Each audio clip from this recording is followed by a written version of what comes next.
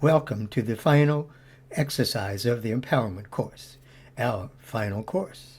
Michael, do you have an exercise for us? Yes, I do. It's our last and final exercise. Okay. Only two questions. Number one, think of a person whose inherent ability and intrinsic worthiness you really believe in, that you would like to support their empowerment towards some goal that they've been struggling with. Okay. Can you tell me about that person? And yeah. So this was an individual that was on my team and who was really struggling to do work. Right. Let's give him a name. Okay. Kevin. Kevin was on my team and he was really struggling to get, to really be, to work with his clients in an effective way. So he was a member of my team who worked with other teams, and he was really struggling in working with these other teams. What more do you need to know? This is a person that you fully respect and feel good about? Absolutely. Super. Okay. Tell me again what he was struggling with.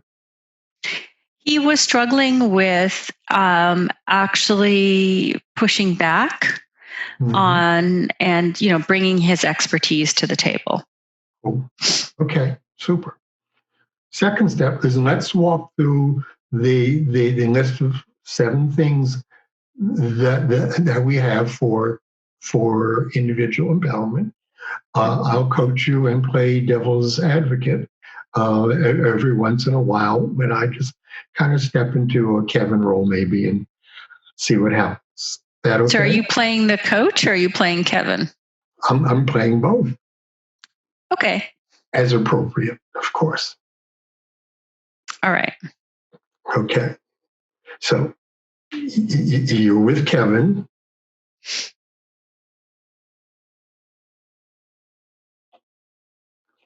So how would you walk through these 7 steps with him? Well, I think the first thing I do is I remember I did do this. I said, so Kevin, what are you trying to do with these people? And I asked him this very open-ended question. He goes, I'm just trying to get them to do this X, Y, Z. And I said, what I didn't do at that time, I immediately went into how do you plan to do that? And what would have been more helpful is to say, Kevin, so what specifically do you want to be able to do differently with these people? And how do you, what would be your performance goal, specific measurable performance goal in working with this group of people is what I should have asked, and sort of really get to a clear outcome with him. Cool. So that was the first one. What are the specific measurable outcome performance goals that Kevin has? Super. Okay. The second one. So this is a question that what are hindering beliefs? Is a question for myself. No, this is a question you want to see from Kevin. What beliefs does he have that are getting in his way of doing what he wants to do?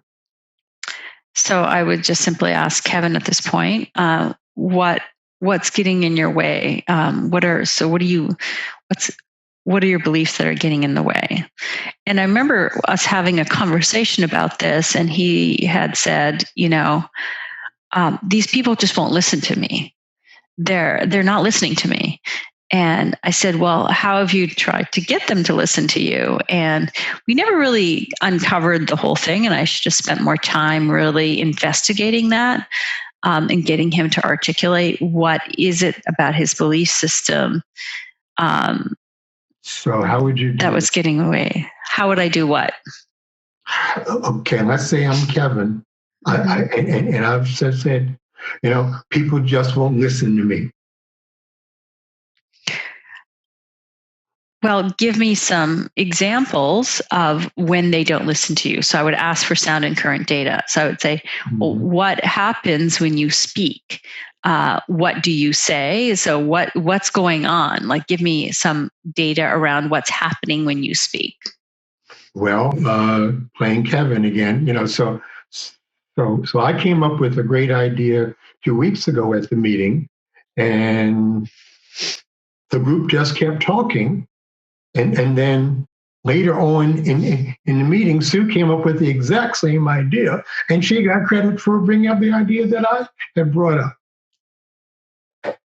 I mean, that always happens to me. So I go, there's just no sense in my saying anything.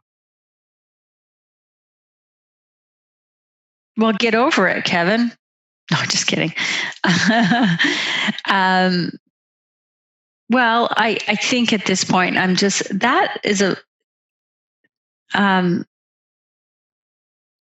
that's a hard one. So I think the question I would ask is I don't, so this is where I would ask you, Michael, as a coach, what would you say to this individual? I would say something. Kevin, first of all, does that really happen all the time? Can you give me one example when you spoke up and people did pay attention to you? Can you give me that? Then I'd backtrack once we got that done and say, when you speak up and no one acknowledges what you said, how about saying it a second time? So that you do not allow people not to pay attention to you. Right. I think in his case, the issue was more the tenuousness with which he spoke. Right. So it was like, I have an idea. I think maybe, and it was like, and, because I had encountered this in other spots with him.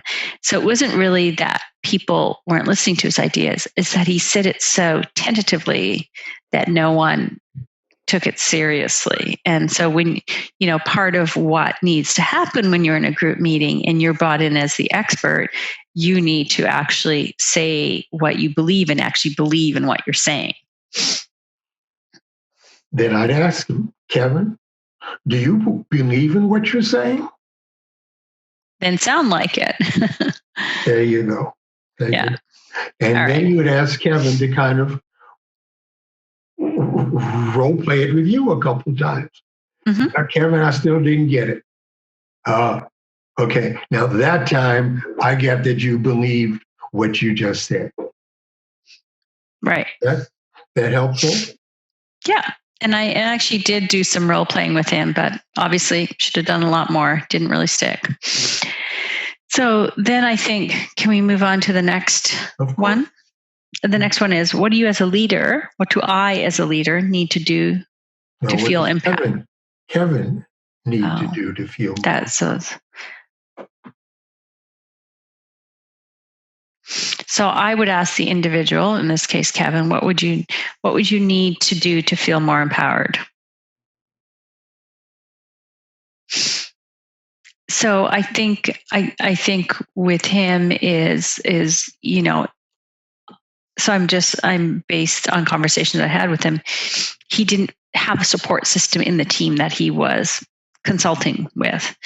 And so, and he did share that with me. And so my suggestion to him was to speak to the person heading up the meeting on a one-on-one basis and get their support for a clear agenda, for lots of different things. So that helped to a certain extent. Super. Yeah. Now, in every case, all 7 of these might not be applicable. So is number 4 applicable here? Well, I think that getting him, so asking the question, well, what do you need to do to expand your set of choices? Like, I don't know how that would turning, like how to get him be. Oh, okay. Mhm. Because I mean, I think he did to a certain extent feel like damned if he did and damned if he didn't, Mhm. say anything. And I think it's like getting him to go beyond that would be would have been a relevant thing to do. Because he felt like he had to say yes to everything instead of just saying, "This is what has been the scale and scope of what I've agreed to do." And I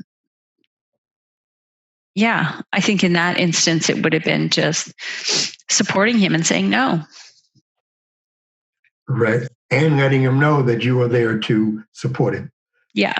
And I think this goes back to a point of he and did not contract very well early on with the group. And I mean, and to his credit, I mean, none of us really contracted very well because we didn't understand what it was. We didn't understand that we could actually have an agreement about what we were willing to provide and able to provide. So, yeah. Well done. Well done. Mhm. So, number 5. So I think the question of what actions, Kevin, could you take in moving towards your goal? I think a specific action, he could have called up the team leader and set a time with them about how she could be a support system. Number 2. Right. And you would have gotten him to identify those things. Correct. Right. So, I mean, time and place. Yeah. And then I think that this leads easily to the next question is what kind of support system do you need? So what kind of support could I have provided him? What kind of support could he have gotten from other members of the team? And so on. And particularly around the notion that this is probably feeling pretty new to you, Kevin. So you need to recruit support that will remind you when you begin to kind of speak a little too softly again. Right. Yeah. So, and do I, as a leader, feel good about the path going forward? Now, does Kevin feel good about it? Oh, does Kevin? Yes. I'm sorry. The way these Kevin. questions are phrased need to be adjusted. Then, so okay? These questions are phrased as if you were the one talking to the person that whose empowerment you are supporting. Okay. So, do you feel good about the path going forward, Kevin? Yes. So, I mean, it's a little hard to do without the individual in front of you. Well, But so I think, as a side note, one of the things that I'm realizing is that with the people that I was leading, there was generally 2 types of responses people have. They either never pushed back and got into a situation where they took on too much work, so didn't feel empowered to say no and set boundaries and contract appropriately. And the other thing that happened is people pushed back too hard. They came across as angry and resisting doing any work, and also caused the opposite problem of the client being angry at them. So it was like finding a way to speak to people. And what you may be pointing out is that there's a group norm issue within the team that you are working in. Yeah. So this takes us back to how would we empower that whole team, which we talked about in the first module.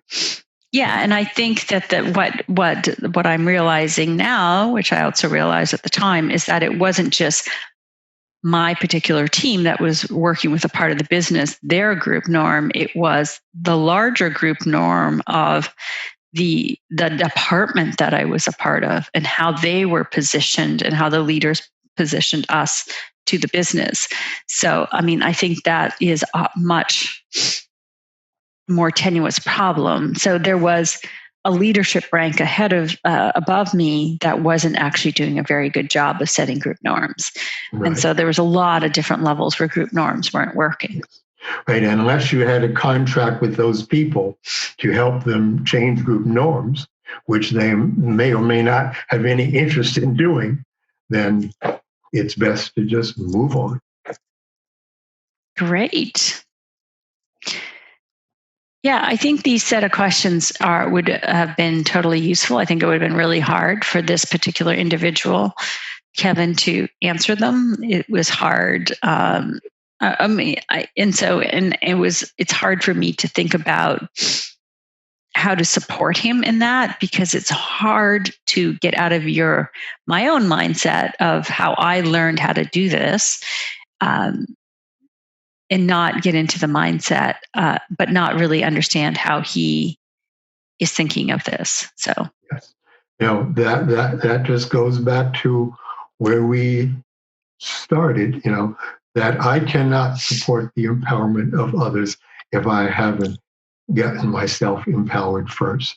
So we're talking about I need to have my conscious use of self in decent shape before I can do a decent job of supporting the conscious use of self of others.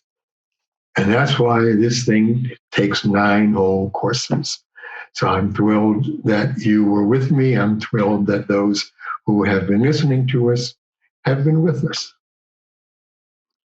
So, yeah. So, Michael, thank you for this opportunity to work together. I mean, it has not been smooth. It's been a little choppy for me in places as I struggle with a lot of the issues that people, hopefully, that are listening to this will be struggling with. So I hope I've been helpful in being someone you can identify with through this. But it's, I think that it's difficult.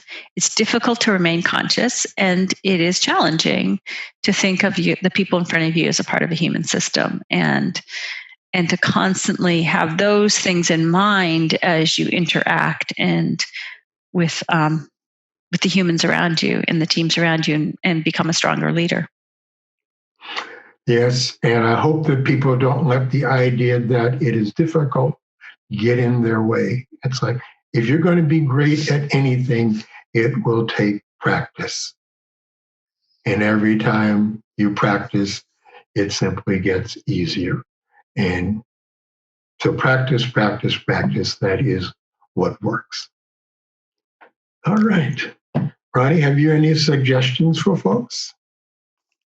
So yes, Michael, I actually do have a suggestion for folks. And this is something that I did for myself, because it's hard to constantly remember these things. So I just want to share, and I'm going to go ahead and share my screen on something that I created, which is my little cheat sheet for leadership and self-mastery and the 9 disciplines.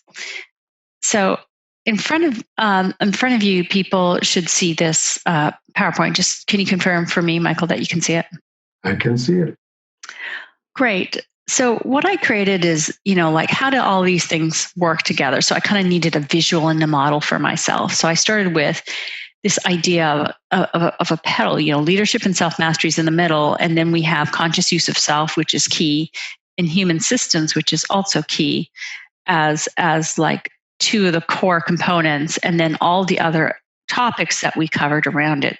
So just even having this as a visual in front of me helps remind me of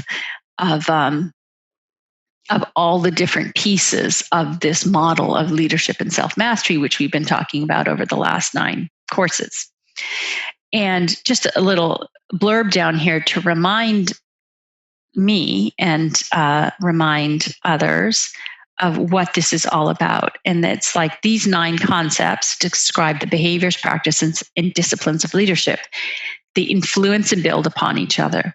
They're grouped by, I have them grouped by color that show that they strongly activate each other. So conscious use of self and human systems, contracting and support systems, for example. And that's just how I keep the models in my head. And the conscious use of self is a critical part of each of these disciplines. On the flip side of this, what I did is I then took each of these and I took, you know, I took the, our, So you I did my own. summarized each one in your own words. Is that it? Correct. What is I did is I took each of these and I did a quick summary, a brief summary of, it's maybe 100 to 150 words of how I define conscious use of self, what I remember, what's key for me to remember. And that process of doing that for yourself and writing it down for yourself is really, will help embed it into your memory from a learning perspective. So this is why I did this for myself. So I did all of this, and it was a very useful exercise, and I highly, highly recommend it to others. So I just wanted to share that with you. Very good. And I will make this template, this PowerPoint template, without my definitions in there, available, and people can customize it however they want. Cool beans. It is there for them. Great.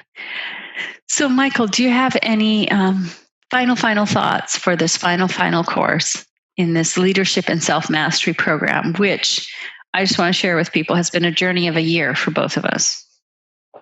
Just want to say thank you to you, Ronnie, because without you, this would not be here. And thank you for the folks who have been listening to us. So really appreciate that. This has been my life's work. And so just your listening is affirming to me. And I want to close with a poem that I consider to be one of the most powerful poems that I've used to support my empowerment. It's by Marianne Williamson. Our deepest fear is not that we are inadequate. Our deepest fear is that we are powerful beyond measure. It is our light, not our darkness, that most frightens us. We ask ourselves, who am I to be brilliant, gorgeous, talented, fabulous? Actually, who are you not to be? You are a child of God. Your playing small does not serve the world. There is nothing enlightened about shrinking so that other people won't feel insecure around you. We are all meant to shine as children do. We were born to make manifest the glory that is within us. It's not just in some of us, it is in everyone. And as we let our own light shine, we unconsciously give other people permission to do the same. As we are liberated from our own fear, our presence automatically liberates others. Be free, my friends. Take Thank care. you. Thank you, Michael Broom. Thank you for everything that you have taught me over the past 11 years that we've known each other. So I deeply, deeply appreciate that. And thank you for that poem from Marianne Williamson. So the best to you.